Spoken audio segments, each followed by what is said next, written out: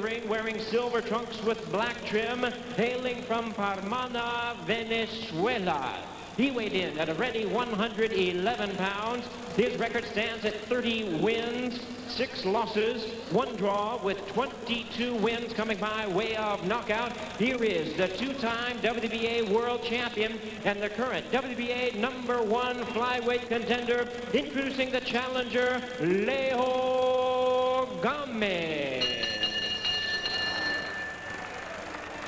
And his opponent across the ring, the defending world champion. On my left, fighting out of the red corner, wearing blue and white striped trunks, hailing from Catamarca, Argentina. He weighed in the same as his opponent, 111 pounds. His record stands at 50 wins, 5 losses, 2 draws, with 33 wins coming by way of knockout. Tonight, ladies and gentlemen, he is making the first defense of his title. Please welcome the defending WBA flyweight champion of the world, introducing Hugo Soto. Once again, a referee in charge, Schroeder, now to give instructions, 12 rounds of boxing schedule. All right, so we're just about set to go as the referee, Schroeder, calls the 2 combatants to the center of the ring. Tell you a few things about these fighters. First off, this is a tremendous fighter. We'll listen just for a second here now. Touch gloves, good luck to you both. All right, touch gloves. They wish him good luck, and that's about it. We're ready to go here. This is the 12-round WBA World Flyweight Championship. This is the 112-pound division. Hugo Soto in the white and blue is the reigning champ. Leo Gamez is a former champ. This is his 12th world title fight. He's 35 years old. We're going to find out if he still has it left here. He's a terrific young fighter. He's been boxing for 14 years as a professional. This is his 3rd attempt at winning the WBA Flyweight title. Carl King working with me here. Carl, this is an interesting fight. You've got the young Soto. When I say young, he's 31 years old. He's a whole lot younger than Leo Gamez, who's had a lot of tough fighters. And again, it's Soto to the right of your screen, now with his back to you, now to the left of your screen. And in the silver trunks, it's Leo Gamez. Well, these guys are 2 pretty good, tough guys, Colonel. Soto was in a great fight back in May with Jose Bonilla. And I think Gamez is coming along. Although he's lost 2 of his last 3 fights, I think he's very well prepared from what I understand. And so it could be a very interesting fight. Well, Soto again with the white and blue trunks is the pride of Catamarca in Argentina. This is a big battle in South America. While the people, as you can see here in New York City, don't seem to have much interest in this fight, believe me, the people watching around the world in this telecast tonight in Venezuela and in Argentina, this is the fight of the night, and the heavyweight title fight is a secondary thing for them. This is big time for both of these fighters. And again, in the silver trunks, it's the challenger, Leo Gamez. The big question mark again is his age. The big plus, of course, is his experience. They're both just feeling each other out here in round number 1. But you know, I think, Colonel, these 2 guys have got a wealth of experience. Both guys have a number of fights, so they kind of know what they're doing in that ring. So I think they're going to be cautious for a couple of rounds before they start to really unload on each other. Well, Soto is the more powerful of the punchers. He's got 33 KOs and his 50 wins. Gamez has dropped a few. If you're not a world-class opponent, he can drop you 2.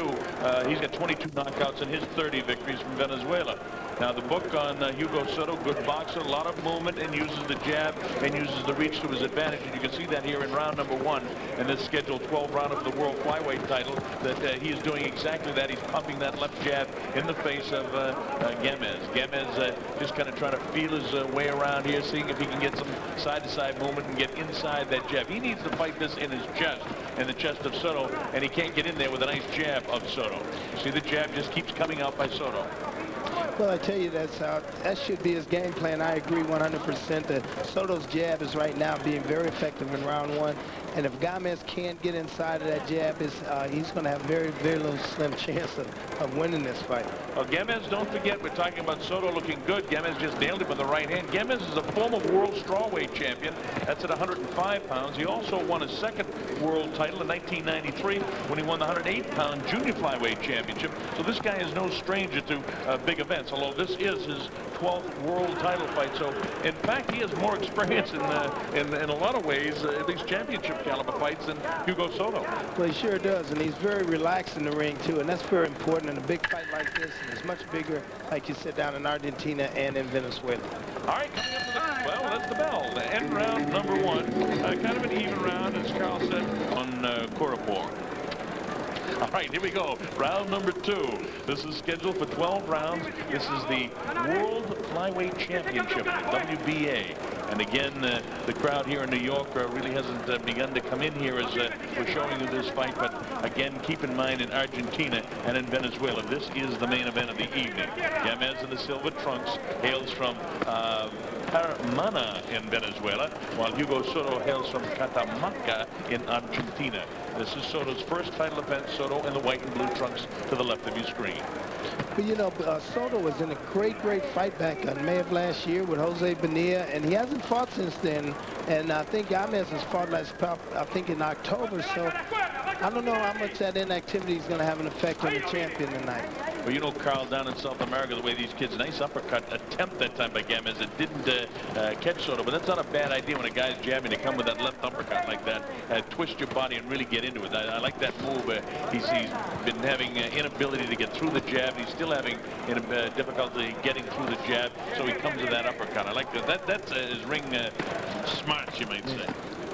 These guys are, I think they're just kind of filling each other out. Soto, I don't think Soto wants to really get into a banging contest, although he can bang too, but Gamez has to be fighting on the inside. I don't think he does well backing up, but what makes this fight interesting. Last time I saw Soto, he had more side-to-side movement. For some reason, he's not using that tonight because he's, oh, there he goes. He takes a step off the side, trying to set up the angle. He's gone! He's hit with a good shot. And I'll tell you this, he's hurt. He's on the ropes, but that counts as a knockdown according to the rules. It's up to 5 and 6. He's bleeding from the nose. He was nailed with a good right hand by Leo Gamez. He sure was. Gamez showing his power, 22 KOs and 30 wins, and he really nailed him. He has him in trouble now. Hit him again with a real good shot. 2 good right hands to get through. Soto's in a heap of trouble here and in danger of losing his title if he doesn't, well, he's fought off the ropes, but I'll tell you, the power of Gamez has been felt by Soto here in the second round. This guy has got to be very careful right now because he gets hit with a shot like that again, he could be out of there. That was a terrific left-right hand combination that Gamez landed. And right after that, he nailed him with 2 good right hands again, but somehow Soto showing his conditioning and off the ropes. Left hook caught him that time. He's, oh, nice right hand again, crushes him to the nose. And the kid's bleeding from the nose already. Carl, he may have a broken nose already here in the early going. He just may. I mean, he's in a rape of trouble now. Oh, down he goes again. The left shot to the back of his head. There's no 3 knockdown. This is a world championship fight, so the count goes to 8. And the referee says 9 and barely gets up at 10. And he's got to look at his face like he's hurt. I'm surprised the referee, Carl Schroeder, giving him a little extra second. He gets nailed on the chin again, twice, 3 times more. Will he survive this round? For in the closing seconds, he fights off the ropes. Referee looking for a reason to stop the fight. And luckily for Hugo Soto, the bell getting hit. Well, Gamez, the silver trunks, has things going his way. Can Soto sock it up? Was there enough time in between rounds? And he still looks like he's got the bounce in his legs, but he's a little more flat-footed on his feet than he was in the first couple of rounds. He's got some problems still because Gamez, with knocking him down twice in that second round, has a heap of confidence. He's got him in trouble again.